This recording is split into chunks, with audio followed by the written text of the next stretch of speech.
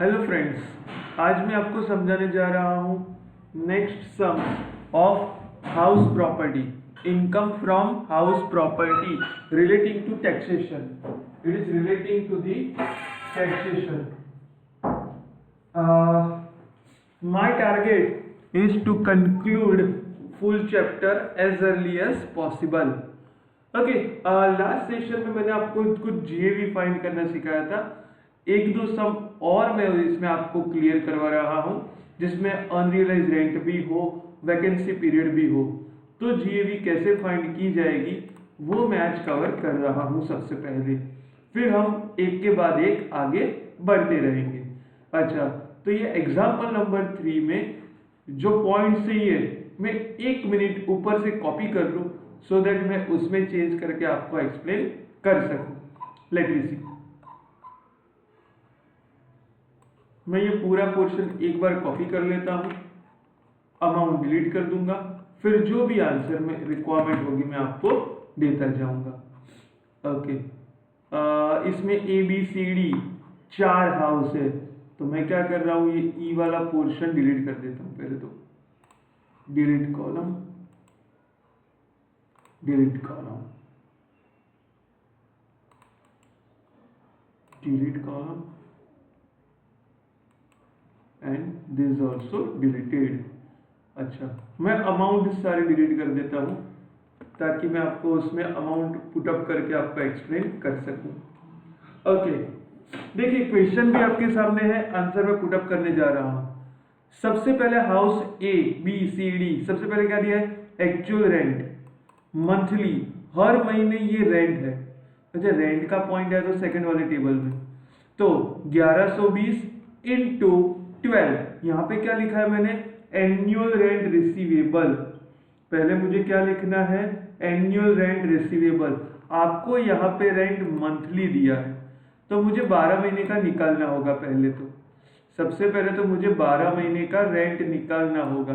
कैसे निकालेंगे, but obvious है, multiply by 12, multiply by 12.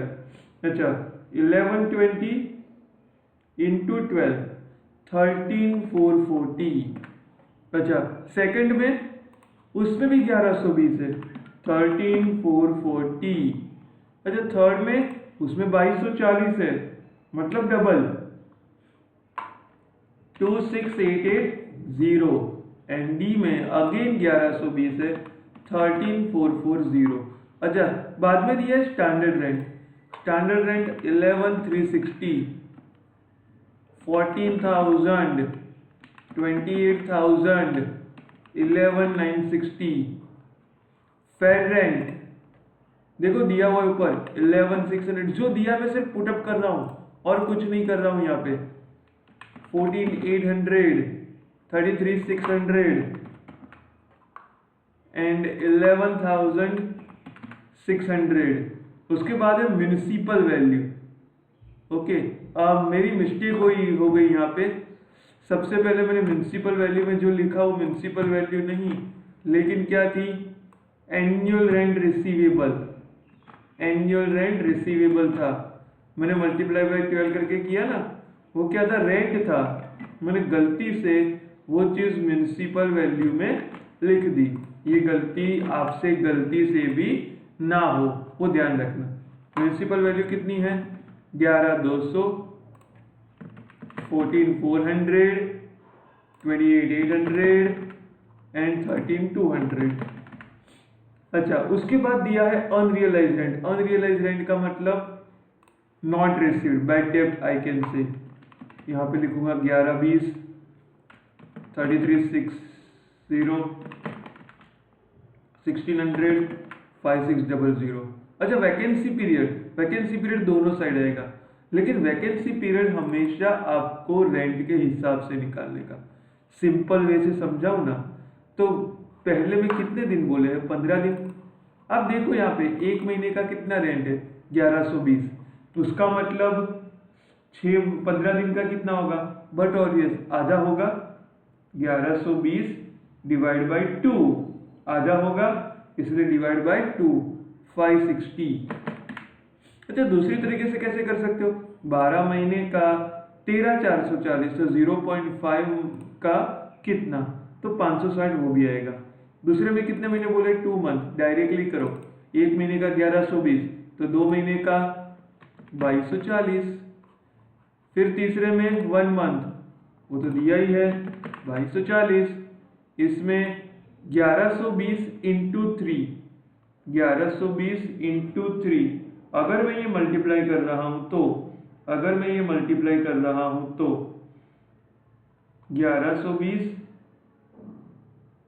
Into 3, 3360, 3360। अच्छा, लिख दिया, जो भी चीज दी थी मैंने लिख दी। अच्छा, वैकेंसी पीरियड मेरे को यहाँ पे भी लिखना है। अच्छा, पहले याद रखना, वैकेंसी पीरियड पहले यहाँ लिखने का, फिर ऊपर लिखने का, कॉपी पेस्ट। गलती से भी ये व्हिचएवर इज लोअर वाला मत लेना, यहां से ही लेने का। 560, 2240, 2240, 3360। ओके, अब मैं सिर्फ हायर लोअर कर रहा हूं। इसमें 11200, इसमें 14400, इसमें 28800, 11600। अच्छा, यहाँ पे सर आप गलती क्यों कर रहे हो, यस मैंने गलती की, मैंने गलती से व्हिचएवर इज लोअर लिया, व्हिचएवर इज हायर लेना है। फिर से वही बोल रहा हूँ, ये मैंने गलती की, आप मत करना। ओके, व्हिचएवर इज हायर लेना है। 14800, 33600, 13200। अब व्हिचएवर इज लोअर लेना है। 11360, 11600, 11360, व्हिचएवर इज लोअर। दूसरे में 14800, 14000, व्हिचएवर इज लोअर। 33600, 28000, 13200, 11960। अच्छा, अब क्या करना है, ये माइनस करना है। 11360 में से 560 माइनस होगा, 11360 में से 560 माइनस होगा, 10800। दूसरे में 14000, उसमें से 2240 माइनस होगा। फिर तीसरे में 28000 में से 2240 माइनस होगा, और लास्ट में 3360 माइनस होगा। ओके, आगे बढ़ रहे हैं। यहाँ पे 13440 में से माइनस करेंगे 560, 12880। अच्छा, दूसरे में 13440 में से माइनस करेंगे 2240, मतलब 11200, 24880। उसमें से माइनस करेंगे 2240, तो 24640। फिर 13440 में से माइनस करेंगे 3360, 180। अच्छा, अब 12880 में से माइनस होगा 1120, 11760, 11200 में से माइनस होगा 3360, 7840, 24640। उसमें से माइनस होगा 1600, 180 में से माइनस होगा 5600। अब देखना है व्हिचएवर इज हायर, फिर से आया 10800, 11760। दूसरे में 11760। तीसरे में 25,760 and 23,040 whichever is higher. 8,600 4480 it is 8600। This is your answer. I hope किसी को कोई डाउट्स इसमें नहीं होगा। मैंने यहाँ पे आपको समझाया वैकेंसी पीरियड मेन पॉइंट था, पहले ये वाले टेबल में लिखने का, उसके ऊपर से वही कॉपी पेस्ट ऊपर वाले में करने का। अनरियलाइज्ड रेंट सेकंड वाले टेबल में ही आएगा, फर्स्ट वाले टेबल में नहीं आएगा। अब मैं चलता हूँ एग्जाम्पल नंबर 4 की तरफ। मेरा टारगेट जो 14 सम का है उसमें मैं 4 तक पहुंचा हुआ हूँ।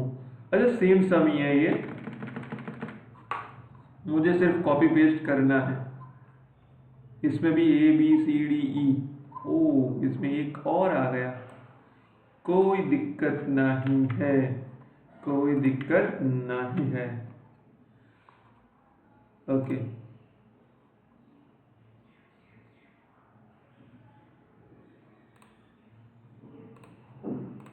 ओके, इसमें क्या था, कुछ नहीं था, यहाँ पे मैंने ई डाल दिया। इसमें कुछ बड़ी बड़ी बातें नहीं है, ये मैं डिलीट कर दूंगा, ये डिलीट कर दिया। ओके मैं स्टार्ट कर रहा हूँ।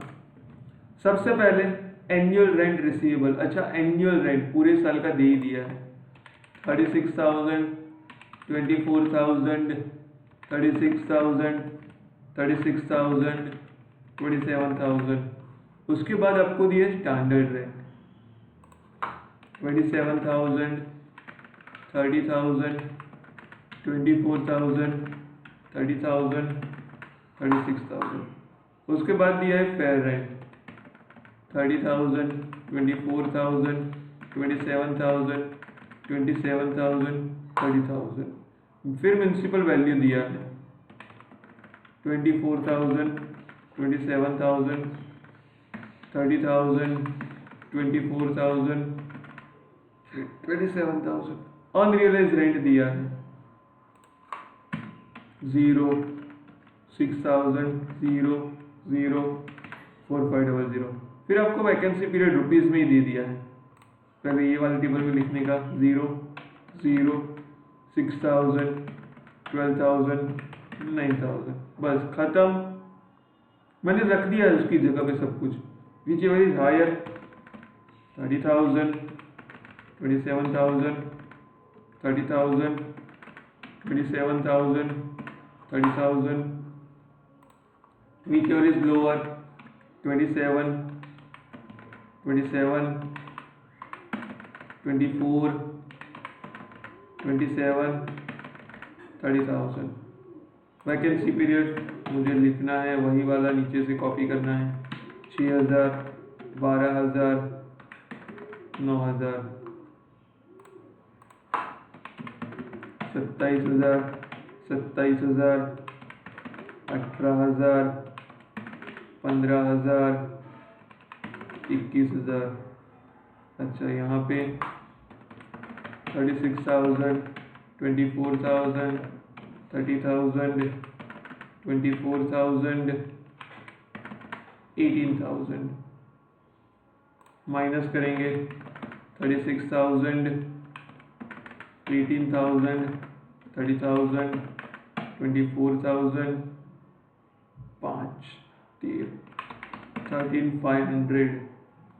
Okay, now whichever is higher 27, 36, whichever is higher 36,000, 27, 18, whichever is higher 27, 18, 30, whichever is higher 30, 15, 24, whichever is higher 24, 21, 13,500, whichever is higher 21,000। This is your example number 4। I think इसमें किसी को कोई डाउट्स नहीं ही होगा। This is gross annual value. अच्छा अब मुझे आपको समझाना है इनकम फ्रॉम हाउस प्रॉपर्टी कैसे फाइंड करेंगे। इनकम फ्रॉम हाउस प्रॉपर्टी कैसे फाइंड करेंगे। Okay let me start with that.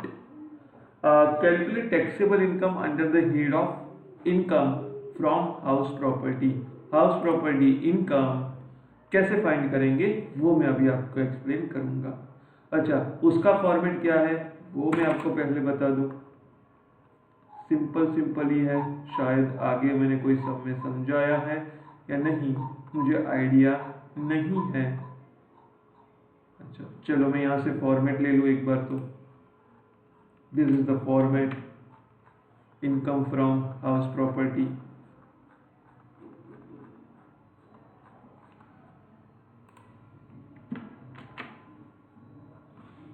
Okay, ये फॉर्मेट आपका स्टार्ट होता है जीएवी से। तो सबसे पहले आपको जीएवी तो फाइंड करनी होगी। आपको यहाँ पे बोला क्या, calculate taxable income under the head of income from house property. But house property income find करने के लिए सबसे पहले आपको जीएवी तो पता होनी चाहिए। तो जीएवी कैसे फाइंड करेंगे, अभी अभी हमने टेबल देखा उसी तरह से हम फाइंड करेंगे। अच्छा, तो ऊपर वाला टेबल तो मुझे पहले लेना होगा। यस सर, ले लेते हैं। Control C, control P. पर सर इसमें तो एक ही हाउस है, तो यहाँ पे मैं क्या कर दूंगा, डिलीट कर दूंगा, एक ही रखूंगा मैं। जो चीज जरूरी नहीं है वो मैं डिलीट करता जाऊंगा।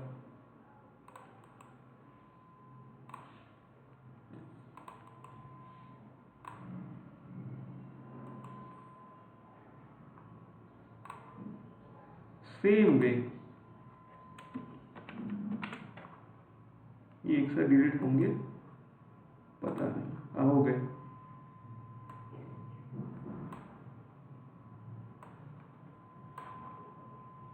तो मैं अब इसको बड़ा कर सकता हूँ, यस कर सकता हूँ मैं।